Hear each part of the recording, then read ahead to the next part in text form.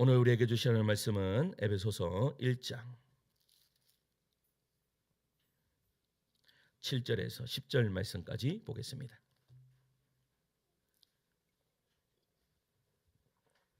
에베소서 1장 7절에서 10절까지 제가 한 절 읽고 성도님들 한 절 읽고 교독하도록 하겠습니다. 제가 먼저 읽습니다. 우리는 그리스도 안에서 그의 은혜의 풍성함을 따라 그의 피로 말미암아 속량 곧 제사함을 받았느니라. 그 뜻의 비밀을 우리에게 알리신 것이요 그의 기뻐하심을 따라 그리스도 안에서 때가 찬 경륜을 위하여 예정한 것이니.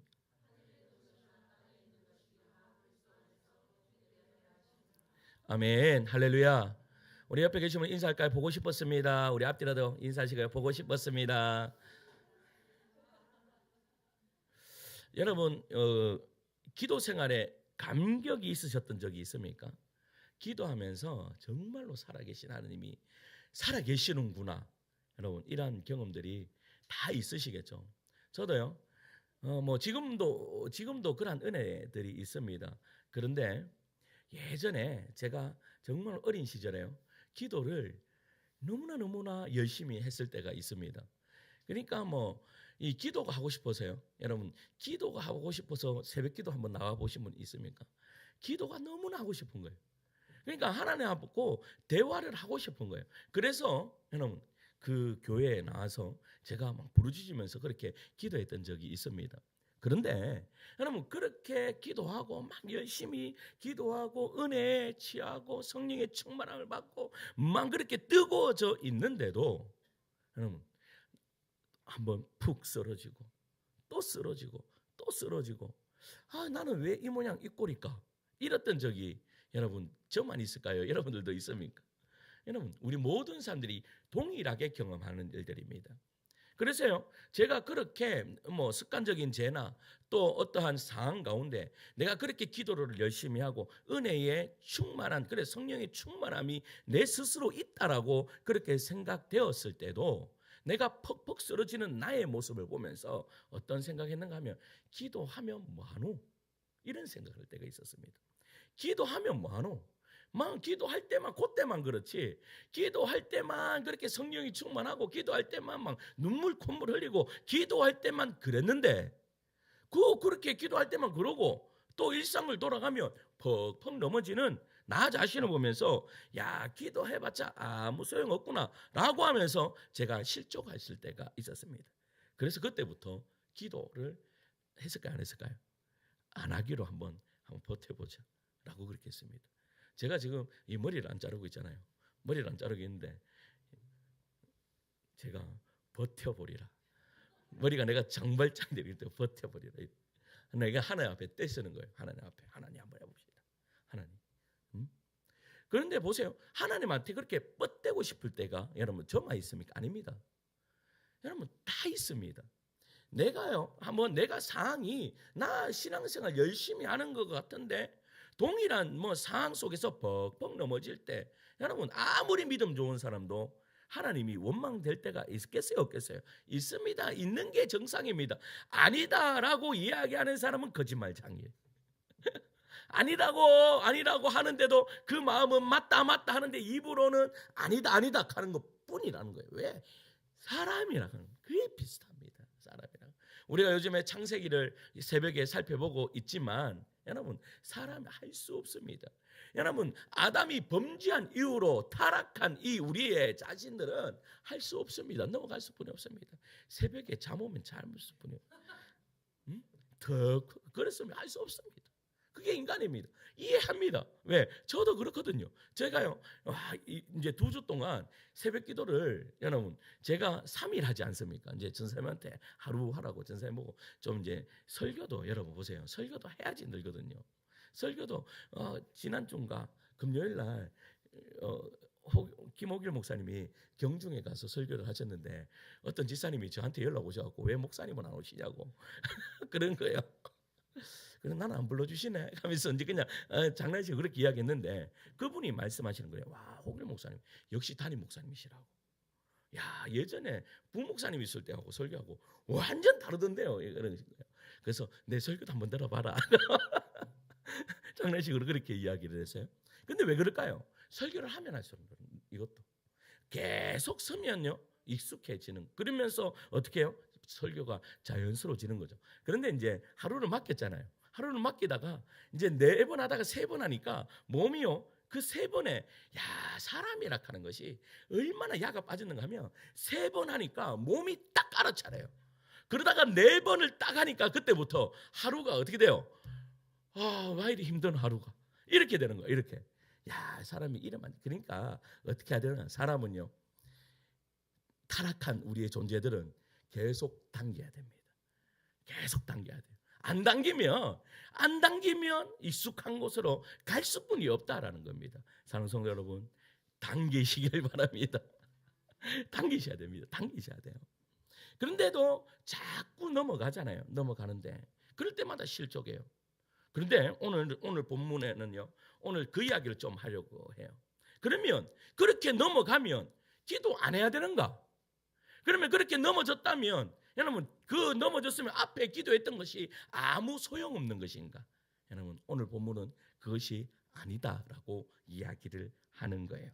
오늘 우리는 믿음의 진짜 기준을 다시 세우고요, 진짜 좋은 믿음의 방향을 한번 붙잡고자 합니다. 그렇다면 진짜 좋은 믿음은 무엇에서부터 시작하는가? 제가 믿음에 대해서 계속 설교하고 있지만 그 첫째는 믿음은요 하나님과의 인격적인 관계에서 시작된다라는 것입니다. 오늘 우리가 함께 생각할 좋은 믿음의 첫걸음은 분명합니다. 믿음은요 하나님과 인간의 인격적인 관계에서부터 시작된다라는 겁니다. 믿음은 어떠한 열심이나 행동, 감정이나 의지로 먼저 설명되지 않는다라고 지난주에 말씀을 드렸어요. 그래서요 신앙의 본질은 하나님과의 인격적인 만남의 교제이다라고 이야기. 그래서 기독교의 믿음은 내가 신을 찾아가는 종교가 아니에요. 여러분, 기독교의 위대함은 신이신, 우주 만물을 만드신 그 신이신 그 하나님이 우리를 찾아오신 이것이 바로 능력이다라는 사실입니다. 찾아오셔서 뭐 하셨습니까? 우리하고요 인격적인 교제를 가지기를 원하셨어요. 그래서 예수님의 이름의 뜻이 뭡니까? 임마누엘입니다. 임마누엘. 여러분, 임마누엘의 뜻이 뭡니까? 하나님이 우리와 함께 계신다. 여러분, 하나님이 우리와 함께 계셔서 뭐 하시려고요? 여러분, 하나님이 지금, 여러분, 하나님이 이 시간에 인격적으로 여러분 찾아오셨습니다. 여러분들이 하나님하고 가장 먼저 하고 싶은 것이 무엇입니까? 여러분, 이렇게 이야기하죠. 예수님, 부담스럽습니다. 다음에 찾아오십시오. 이렇게 할 수도 있습니다. 왜냐? 나하고 예수님하고 가까이 계셔 본 적이 없거든. 그런 사람들은 어떻게 합니까? 예수님 조금 부담스럽습니다. 조금 관계가 조금 유지되면 왔으면 좋겠습니다. 라고 그렇게 이야기할 수도 있다라는 것입니다. 무슨 말 이해가십니까? 그런데 중요한 것은 예수님이요 우리와 교제하시려고 오셨다. 함께 인격적인 나눔을 하시려고 오셨다. 그래서요 요한복음 17장 3절에 이렇게 이야기합니다. 영생은 곧 유일하신 참 하나님과 그가 보내신 자 예수 그리스도를 아는 것이다. 그래서요 여러분, 알면 곧 뭐예요? 사귐입니다. 알면 알수록 우리는요 말이 많아집니다. 그래요 안 그래요? 여러분, 사람도 마찬가지입니다. 알면 알수록 많이 많아집니다. 알수록. 여기 오늘 저녁에 밥을 저녁에 이제 신방 간다고 밥을 먹으러 갔습니다. 어디 갔는가 하면 여기 우리 그 맞습니다. 톱밥집 그 갔습니다. 가니까 오늘 딱 가니까 지난주에 오신 세 가족 누님입니까? 동생입니까? 동생입니까?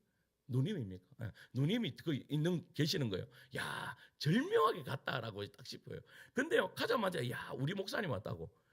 지난 잔주 만났는데 우리 목사님 왔다고 엄청 좋아하시는 거예요. 그래가지고 우리 목사님 왔다고 해서 서비스도 막 나와요. 서비스도 예전에는 가면 너무 목사가 왔으니까 뭐 단락하는 것만 줬는데 오늘은 우리 목사님 왔으니까 서비스까지 나온 거예요. 서비스까지. 역시 우리 목사님, 이게 알미인 거예요. 무슨 말인지 이해 가세요? 이게 알미입니다.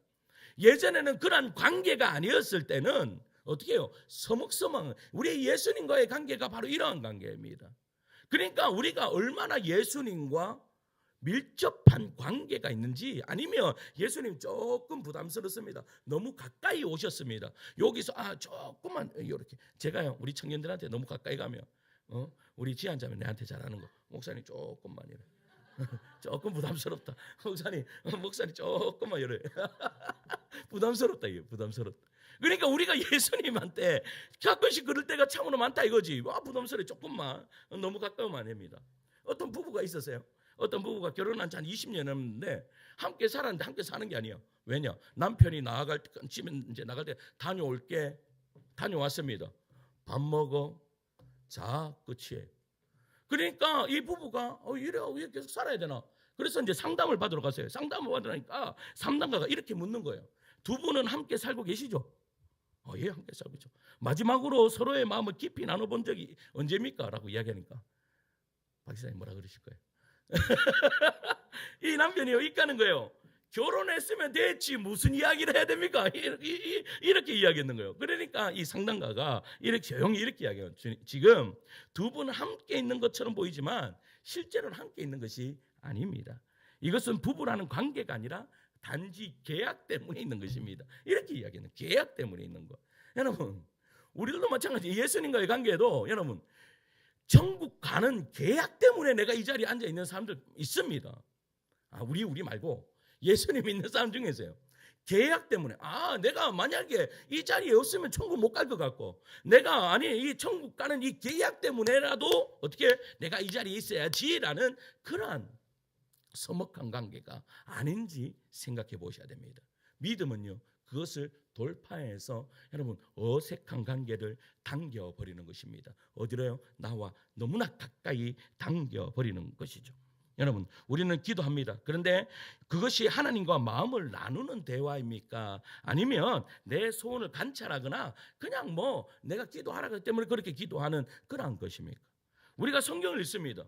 그것이 하나님의 음성을 듣고자 하는 사랑의 갈망입니까? 아니면 목사님 맨날 화요일이나 월요일 날 올려주니까 있습니까? 여러분 우리 하는 건 생각을 해보셔야 됩니다. 내가 정말로 하나님과의 그 인격적인 교제 때문에 내가 거기에 있는가? 너무나 중요한 이야기죠. 그렇기에 참된 믿음은요 하나님께서 우리에게 은혜를 주시는 것이지만 동시에 우리가 그 은혜에 책임 있는 반응을 하는 것이 중요합니다. 여러분 둘이의 관계는 한 사람이 노력한다고 절대 안 됩니다. 둘이 같이 합니다. 근데요 한 분은 지금 두 손을 벌려서요 이렇게 우리에게 말씀을 거시고자 축복하시고자 두 팔을 벌리고 계심을 믿으시기를 소망합니다. 그러면요 그 다음에 반응할 사람들은 누구예요? 우리예요. 우리가 하나님 앞에 부르짖어야 돼요. 우리가 하나님 앞에 하나님과의 그 올바른 관계를 가지기를 원합니다라고 하셔야 됩니다. 그때에 어떤 일들이 벌어지는가 하면 내가 하나님을 예수님을 닮아가고자 하는 그러한 열망이 있습니다. 내가 사랑하는 사람이 있으면 그 사람이 닮아가고 싶어지는 것이 당연한 것 아닙니까? 그래서요 부부는 닮아가는 것입니다. 닮아가는 거예요. 이렇게 딱 보면요 닮아가잖아요. 그런데 중요한 것은요 목사하고 성도들도 닮아갑니다. 목사하고 성도들도 여러분 이렇게 신앙생활을 하잖아요. 사람들 가족보다 지한자매면 우리 엄마보다 목사님을 더 자주 봅니다. 이렇게 이제 이야기야. 일주일에 한 2번씩 보니까 부모님 저도 우리 부모님 6개월에 한 번씩 봅니다. 근데 이렇게 자주 보는데 근데 닮아가지 않을까요? 닮아간다라는 사실입니다. 그러니까 얼마나 그러니까 옆에 보세요. 당신을 봄이 나를 봄입니다. 이렇게 하셔야 되는 거야. 당신을 봄이 나를 봄이에요. 여러분 그러세요. 여러분 밖에 나가서 박세동 목사 욕 시끄러 보세요. 그러면 뭐예요? 내가 내한테 욕하는 거예요. 내가 밖에 가가지고 우리 성도들 욕하면 뭐예요? 뭐라 하겠어요? 네 꼬라지가 그렇다라고 이야기할 거예요. 근데 밖에 가서 뭐예요? 막 성도들 자랑하잖아요. 왜 우리 최고다. 막 이렇게 이야기하면 뭐예요? 누구 자랑하는 거예요? 내 자랑하는 게 지 자랑하는 거예요. 내 자랑하는 거예요. 나는 매일 가갖고 야 너무 좋다라고 하니까 너무 좋으면 성도가 늘어야 될 텐데 이렇게 생각하는 사람도 굉장히 많을 거예요. 그런데요 보세요. 하나님께서 보세요. 좋으면 닮아. 이것이 바로 사랑한다라는 그러한 증거다라고 이야기하는 것이죠. 그래서 갈라디아서 5장 22절 23절 보면 오직 성령의 열매는 사랑과 일합과 화평과 오래 참음과 자비와 양성과 충성과 온유와 절제다. 여러분, 이것은 하나님의 성품이 내 안에 맺히는 열매입니다. 내가 선하기 때문이 아닙니다. 이 성령의 열매는 내가 착하기 때문에, 내가 선하기 때문에 맺히는 열매가 아니라 예수님이 내 안에 계시면 저절로 맺히는 열매입니다. 믿으십니까? 이것이 바로 믿음입니다. 여러분, 믿음이라 하는 것은 주님이 내 안에 들어오시면 그때부터 주님을 의지하는 마음으로 스스로 내가 하고자 하는 것이 아니라 저절로 되어지도록 만들어지는 것, 그것이 바로 참 믿음이다라고요. 그러니까 예배드리는 것도 마찬가지예요. 예배드리는 것도 예수님이 너무나 좋으니까 이 현장에 그냥 나도 모르게 앉아 있는 거예요. 기도하는 것도 마찬가지고요. 찬양하는 것도 마찬가지입니다. 그래서 우리가 정말로 믿음을 점검하려면 특별한 체험이나 겉으로 드러난 사역보다 여러분 일상에서 그러니까 내가 얼마나 찬양하고 있는가가 더 중요하다라는 사실이죠. 두 번째는요. 그렇다면 믿음이 어떻게 삶에 드러나는가? 어떻게 삶에 드러날까요? 둘째는요. 좋은 믿음은 상식과 교양에서 자연스럽게 드러납니다. 뭐에서요? 상식과 교양입니다. 여러분, 우리 예수 믿는 그리스도인은요, 여러분 상식과 교양이라는 이야기를 많이 듣습니까? 아니면 성령 충만이나 은혜의 은혜나 아니면 은사나 이런 이야기를 더 많이 듣습니까? 분명히 후자입니다. 여러분 기독교 교양이라고 들어보셨습니까? 여러분 청교도들이나 예전에 정말로 이 신앙이 뜨거웠던 우리의 믿음의 선배들은요, 이 기독교 교양이라 하는 이것을 굉장히 높이 평가했습니다. 그러니까 기독교인들은 뭐가 있어야 된다? 교양이 있어야 된다. 기독교인들은 상식이 있어야 된다라는 것을 굉장히 많이 강조를 했습니다. 그런데 여러분 저는 제가 뱃속에서부터 교회를 다녔기 때문에요. 그래 어릴 때부터 지금까지 내가 커오면서요, 교양이라는 소리를 그렇게 들어보지는 못했습니다. 상식이라는 이야기를 별로 듣지를 못했습니다. 다만 성령 충만해라, 기도 열심히 해라, 말씀을 열심히 읽으라는 정말로 귀에 기딱지가 않도록 그렇게 많이 들었습니다. 그런데 교양 있게 살아라, 상식적으로 살아라 라는 말은 제가요 그렇게 많이 듣지 못했습니다. 제가 이 말은 들었던 것은 내가 고전책을 읽으면서 이 이야기를 계속해서 접했습니다. 여러분 이번 주에 지금 그 그리스도를 본받아라는 1, 2권을 다 읽으셨습니까? 그 1, 2권에서 여러분 계속 반복적으로 이야기하는, 제가 그 책 읽으면서 이 토마스 아켄피스도 했던 말 또 하고 하는구나. 또 하고 하는구나. 이렇게 딱 생각이 드는 거예요. 그런데 거기에서도 정확하게 이야기하는 것이 뭐예요? 다른 거 아니에요. 상식을 이야기해요. 교양을 이야기해요. 내가 신앙생활할 때 어떻게 해야 되는가를 딱 보여주는데 그 모든 것들은 나열해놨을 뿐이지 거기에 이야기하는 건 대부분이 교양과 상식을 이야기하고 있더라라는 거예요. 맞습니까? 저만 그렇게 느꼈습니까? 여러분 어떻습니까? 여러분 오늘 본문 말씀은 에베소서 1장 10절에 보면 바울이 이렇게 이야기해요. 하늘에 있는 것이나 땅에 있는 것이 다 그리스도 안에서 통일되게 하려 합니다. 여러분 무엇을 통일되게 하란다는 말입니까? 도대체 여기에서 통일된다라는 말은요, 만물 곧 하늘과 땅의 모든 피조세계가 그리스도 안에서 회복되고 통일되는 것. 무슨 말이에요? 여러분 그러니까 모든 영역에서요, 그리고 일상과 사회, 가정과 직장, 언어와 문화와 말투와 행동까지도 이 통일되는 것. 어떻게 해요? 회복되어 통일되는 것. 이게 무슨 말이에요? 여러분 정말로 우리가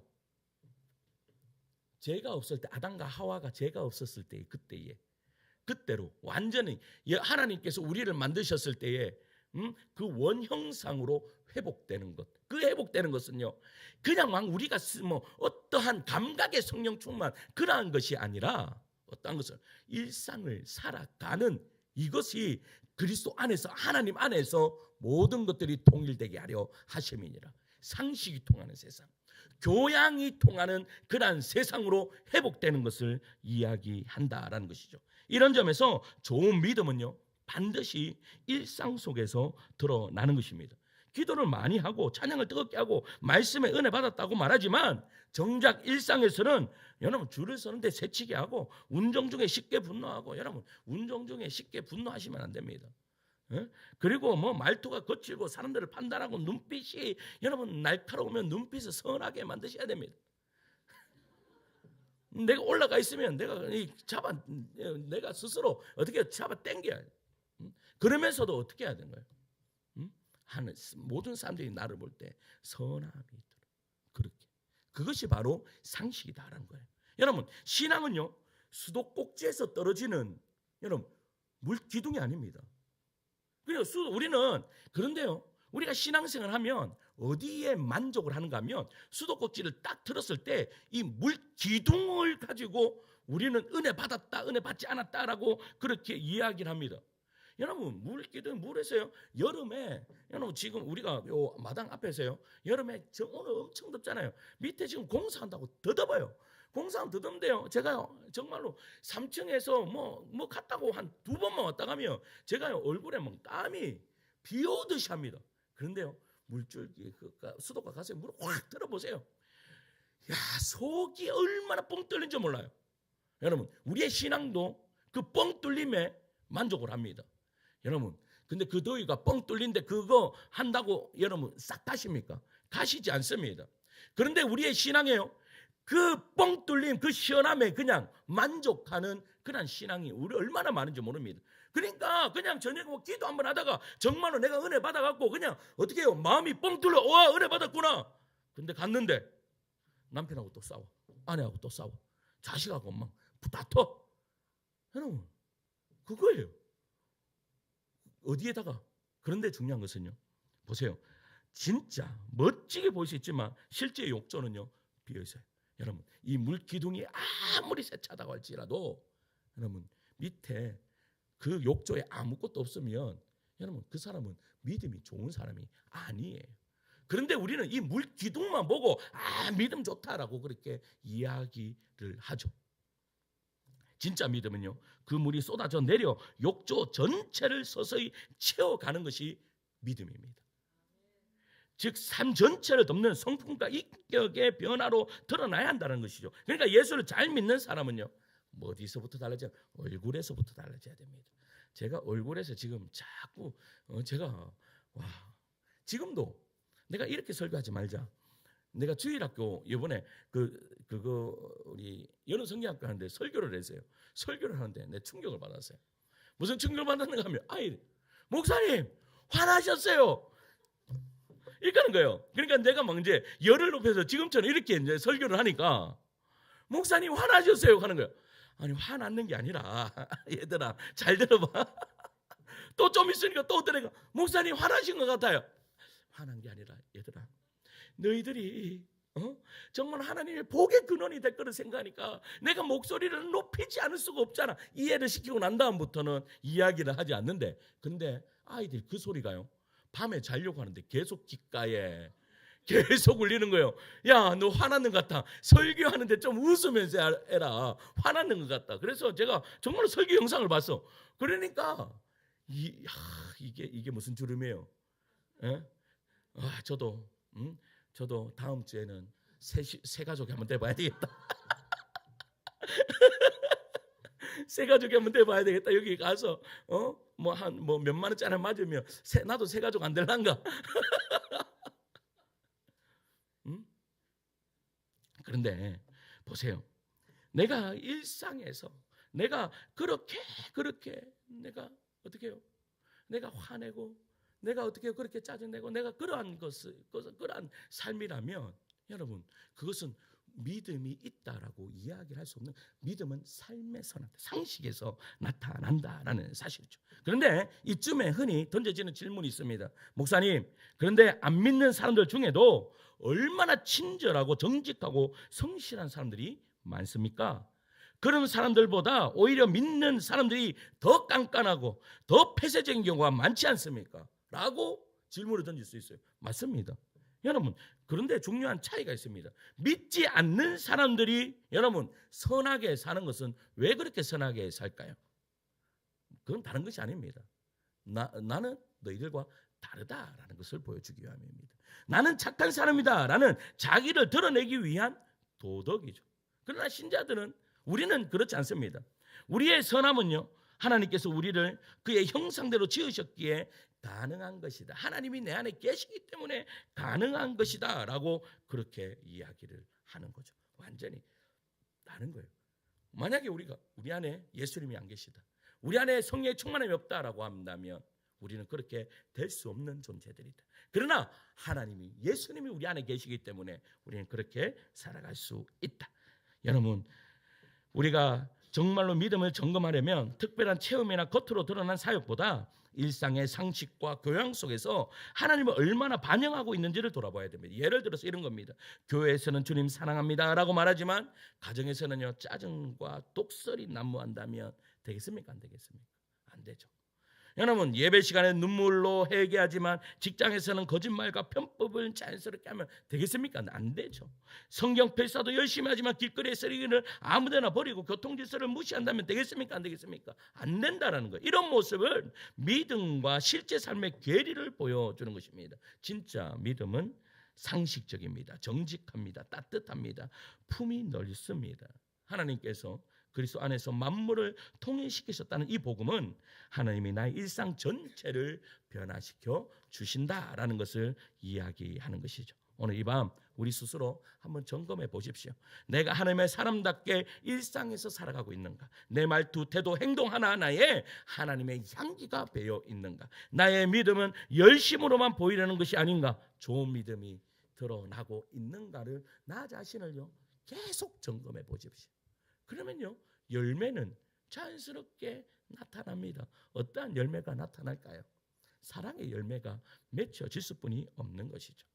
마지막 셋째는요, 좋은 믿음은요, 묵묵히 성숙해가는 평생의 싸움이다라는 겁니다. 신앙이란요, 단순한 결단이나 일액성의 감정의 반응이 아닙니다. 신앙은 묵묵히 그리스도 그리고 성실하게 인격과 삶이 변해가는 과정이에요. 좋은 믿음은요, 단기간에 완성되지 않습니다. 우리는 여러분 단기간에 완성되리라라고 그렇게 생각합니다. 뭐 제자훈련 1년 받으면 바뀌어지겠지, 아니면 사회훈련까지 받으면 바뀌어지겠지. 잘 안 바뀝니다. 언제까지 하셔야 될까요? 죽을 때까지 하셔야 됩니다. 천국 갈 때까지 우리는 예수님을 붙들고 있어야 됩니다. 그래서 그것은요, 성숙해 가는 평생의 싸움입니다. 진짜 좋은 믿음은 묵묵히 끝까지 달려가는 것입니다. 그래서 마태복음 7장 22절에서 23절에 이렇게 이야기합니다. 그날에 많은 사람이 나더러 주여 주여 우리가 주의 이름으로 선지자 노릇하며 주의 이름으로 귀신을 쫓아내며 주의 이름으로 많은 권능을 행하지 아니하였나이까 하리니 그때 내가 그들에게 밝히 말하되 내가 너희를 도무지 알지 못하니 불법을 행하는 자들아 내게서 떠나가라 라고 말하는 거예요. 무슨 말이에요? 여러분, 아무리 귀신을 쫓고 어떤 선지자 노릇하고 주의 이름으로 많은 권능을 베풀었다 하더라도 여러분, 내가 너를 알지 못한다라고 하면 그냥 끝나는 거예요. 여러분, 어느 사람이, 어떤 사람이 가장 불쌍한 사람이에요? 그러니까 교회 다니다가 지옥 간 사람들이 제일 무서운 거예요. 나는 예수님을 알아보는데 예수님이 나를 알아보지 못하는 그 사람이 가장 불쌍한 사람들이라는 거예요. 여러분, 외적인 성취나 열심, 대단한 사역이 믿음의 증거가 될 수 없다라는 무서운 말씀입니다. 반면에 마태복음 25장에 보면요, 이렇게 말해요. 너희가 내 형제 중에 지극히 작은 자 하나에게 한 것이 곧 내게 한 것이다. 여러분, 저는요, 이 말씀이 가장 위로가 돼요. 가장 위로가 돼요. 그게 뭔가 하면 하나님은요, 사소한 것까지도 다 기억하신다. 지사님들 한 번씩 이래 보면요, 이렇게 목사님 제가 한 게 없으세요. 내가 참 부족한 것 같아요. 이렇게 말씀하시는 분들이 있어요. 그런데요, 절대 그렇지 않아요. 누구는요, 하나님은요, 그 사람의 상황과 환경과 모든 것을 다 아세요. 그렇기 때문에 하나님이 말씀하시는 거죠.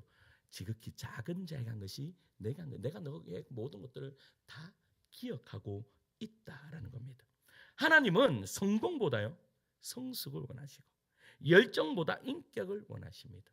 여러분, 우리가 자주 말하는 물기둥 이야기를 다시 떠올려 봅시다. 여러분 목욕탕 욕조에 물을 받았을 때 수도 꼭지에서 물이 쏟아집니다. 물줄기가 욕조 바닥까지 닿았다고 해서 욕조 전체가 찬 것이 아닙니다. 그런데 한순간 감격, 한 번의 결단, 짧은 헌신은요 수도 꼭지에서 떨어지는 물기둥에 불과합니다.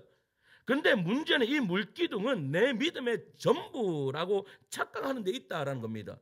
근데 기도 열심히 했다, 예배 감격이 있었다, 눈물 펑펑 흘렸다, 그 모든 것이 귀하지만 그것이 욕조 전체를 채운 것이 아니죠. 그런데 물기둥은 잠시 후 사라지지만 수위는요 어떻게 해요? 1mm 올라가 있다라는 겁니다. 다시 제가 했던 예화로, 다시 제 이야기로 돌아가면 어떤 이야기인가 하면, 제가 기도 열심히 했는데 만짱 도루묵이었다라고 했던 거기에 답이 바로 이것입니다. 말짝 도루묵이 아니에요. 나의 욕조에, 지금 믿음이라는 욕조에 1mm 올라가 있는 거예요. 믿으십니까? 여러분, 여러분들이 내가 지금 무엇을 한 것이 있지? 내가 어떤 것을 했지? 내가 믿음을 쌓기 위해서 무엇을 했지? 나는 단지 그냥 이거 따라해서 요거 했고 요거 해라해서 요거 했을 뿐인데 내가 지금 잘했지? 여러분, 여러분들의 믿음이 의심될 때가 있을 것입니다. 내가 지금 죽으면 천국 갈 수 있을까? 이런 의심도 내 안에 일어날 수도 있습니다. 그런데 보십시오. 내가 했던 그런 모든 하나님을 위하여 내가 헌신했던 그런 모든 것들이 물줄기가 되어서 어떻게 돼요?